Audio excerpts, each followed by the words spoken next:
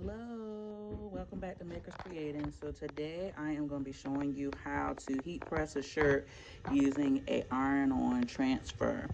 I have an order for some memorial shirts, and so this is the transfer sheet here. It is the iron-on transfers for light garments, and if you'll look, you'll see a distinct line going down the center of the shirt. So that is to make sure that I place my design in the center. You always want to have a lint roller when you're doing these, especially on white, because if not, you will see little blue specks after you heat press, and that's lint. So you want to lint roll so you can't lint roll anymore.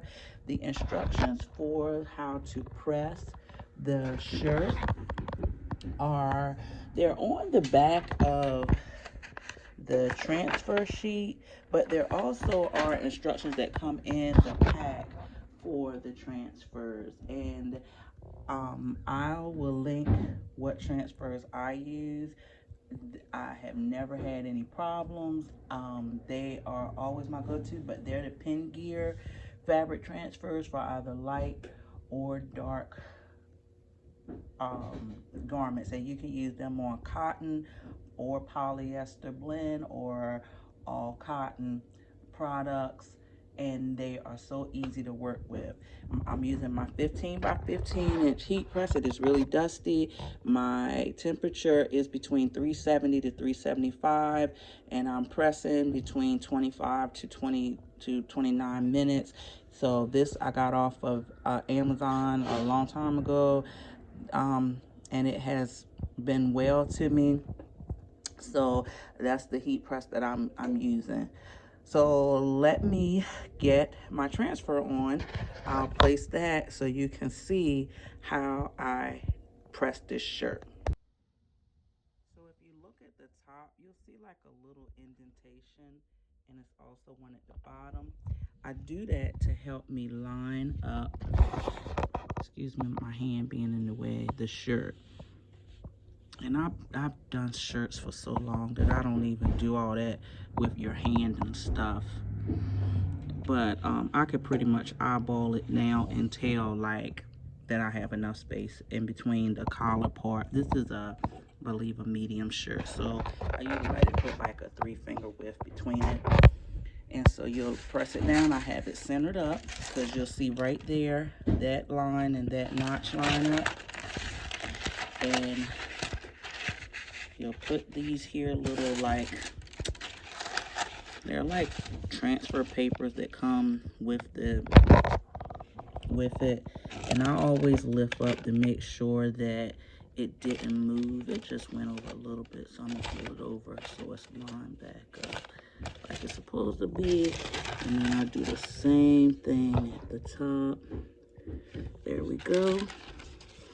And so now we are going to put it down, and as you can see, mine will start automatically counting down. This is the timer at the bottom on its own, and so this is like 25 to 29 minutes that I'm doing it for, and this is in real time. I'm not time lapsing it or anything.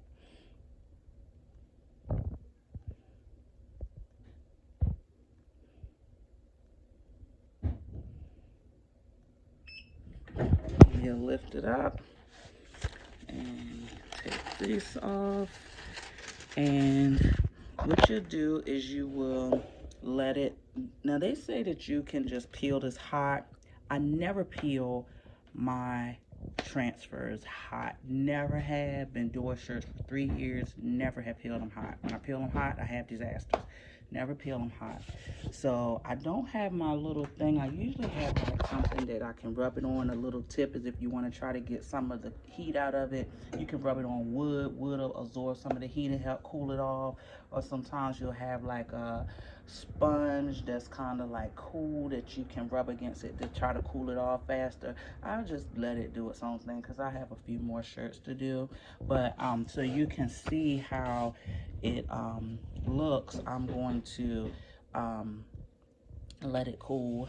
It's still really hot, and I'll show you. Okay, so it's cooled down, so I'm gonna go from the corner, right, well, maybe the top corner then.